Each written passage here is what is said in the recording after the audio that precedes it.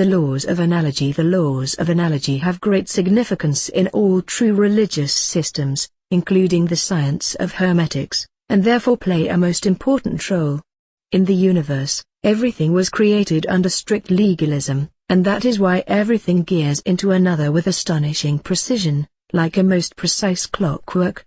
In Hermetic science, the study of the practical application of this legalism is called QUABBALAH. Any Hermetic system and method, any philosophy of religion and religious system which does not, or does only partly, take into account the universal laws, is one-sided and therefore imperfect. Religious systems that acknowledge only one aspect of the law and neglect all others, or even oppose them, can only be of limited duration, though their decay may not come until after hundreds or thousands of years. Only the religious systems which take into account the absolute universal laws will be durable and last eternally. All original ideas, for example, absolute harmony, order, periodicity, etc., are reflected in the absolute legality of the universal laws.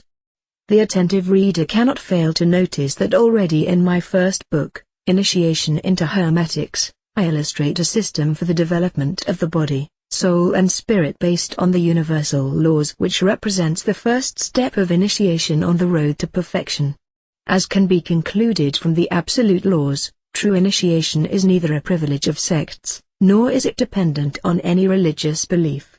No special mention need be made that the comprehension of the fundamental truths, that is, of the universal laws, necessitates a magic equilibrium in all three planes.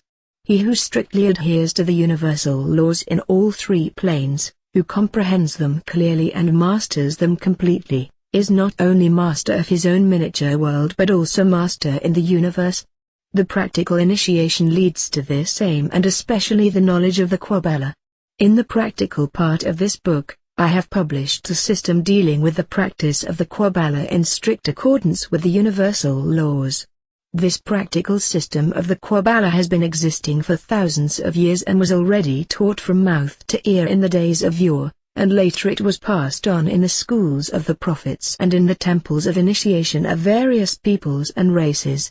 Knowing the laws of analogy, the initiate may relate the law of analogy to any science, and he will always hit the right thing. If, for instance, a doctor is a Hermetic, he is forthwith also in a position to bring his knowledge into line with the universal laws and, in analogy to these, not only to find out disharmony, that is, disease, and its cause, but also to prescribe the remedy for the removal of the nidus, seat of disease, by the aid of the key of analogies. With the unique possibilities in mind and the fact that these are open to the initiate, it may be worthwhile to do good not only unto oneself, but also to become active on behalf of suffering mankind. The same key of analogies can be used in any other field and renders equally good service to the individual as well as to mankind. The expression chaos, which people are so fond of using, is only a term of ignorance.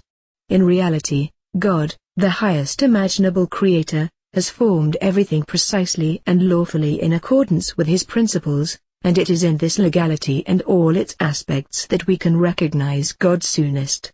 God, as the universal principle, is the supreme being, is incomprehensible and unimaginable. Only from his splitting process, from the creation of the universe, that is, from his works, can one draw analogous conclusions to get, at least, some idea of God's greatness and eminence. Hebrew rabbis, in the Book of Creation, Sefer Jezirah, have tried to lay down the QUABBALAH, that is, the legality of the creation. Although the Sefer Jezirah is of Hebrew origin, this does not mean that other people did not lay down the universal laws of creation, too. As in the book Sefer Jezirah, we find the history of creation laid down, in accordance with the universal laws, in the Bhagavad Gita. Also other documents, passed on in traditions, historical buildings, monuments, etc., give written and visual evidence of the universal laws of creation. In Egypt, for instance, already Hermes Trismegistus knew about the history of creation and the universal laws, which he perpetuated on the Hermes plate with the motto, as above, so below. Hermes thus gives clear witness of the fact that the miniature world, man, was created analogous to the great world, the universe. Innumerable examples could be stated for the analogies of the universal laws, but these little hints may suffice. Most analogies are dealt with in the practical part of this book, in which the QUABBALIST is given exact information how, according to the universal laws, he gets a perfect command of the genuine language of the micro and the macrocosm and how he learns its practical application. In the human body, the analogies become clearly visible and they may be identified by numbers. The fact that man has exactly 10 fingers and 10 toes, and not 6 or 3, also represents an analogy which I will have to deal with in detail later in this book.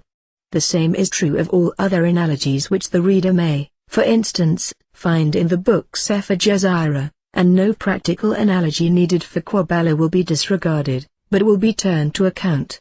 In the practical part of this book I shall also discuss thoroughly, from the viewpoint of esoterics, the individual letters with regard to the mental, astral and material world, which do not only stand for sounds but also for numbers and ideas.